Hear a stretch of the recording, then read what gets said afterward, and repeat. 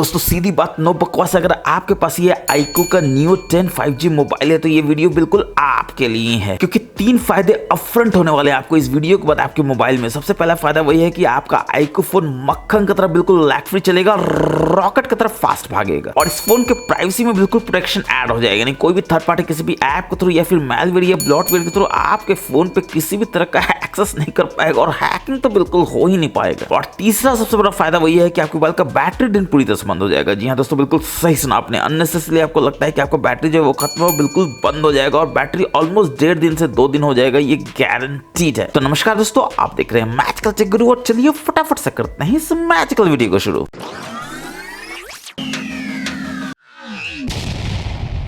तो चलिए दोस्तों शुरुआत करते हैं एक ऐसे सेटिंग से जो कि मुझे बहुत भर के मैसेज आता है मेरे व्हाट्सएप पे, मेरे इंस्टाग्राम पे, कि इसको जरूर बताने का है कि यूट्यूब पे आप कैसे बैकग्राउंड म्यूजिक को सुन सकते हैं अपने स्क्रीन को ऑफ करके, अपने मोबाइल को लॉक करके। तो इसके लिए आपको यूट्यूब के ऐप में नहीं जाना है दोस्तों, आपको क्रोम में जाना है, और यहाँ पर आप देख सकते हैं आपको यूट्यूब देखने को मिला है, इसमें चले जाना है, और यहाँ पर 3 डॉट्स है, इसमें जाके आपको डेस्कटॉप साइट में चले जाना है, और आप देखेंगे कि डेस्कटॉप का यहाँ पर आपको सेटिंग देखने को मिल जाता है। अब ऑब्वियसली आपको जो भी वीडियो प्ले करना है, जिसके साउंड को आप बैकग्राउंड में सुनना चाहते हैं, अपने मोबाइल को लॉक करके उसको ओपन कर लेंगे। एग्जाम्पल के लिए देखिए मैं इसको ओपन कर लेता हूं, और आप देख रहे हैं कि यहाँ पर मेरा आवाज आ रहा है।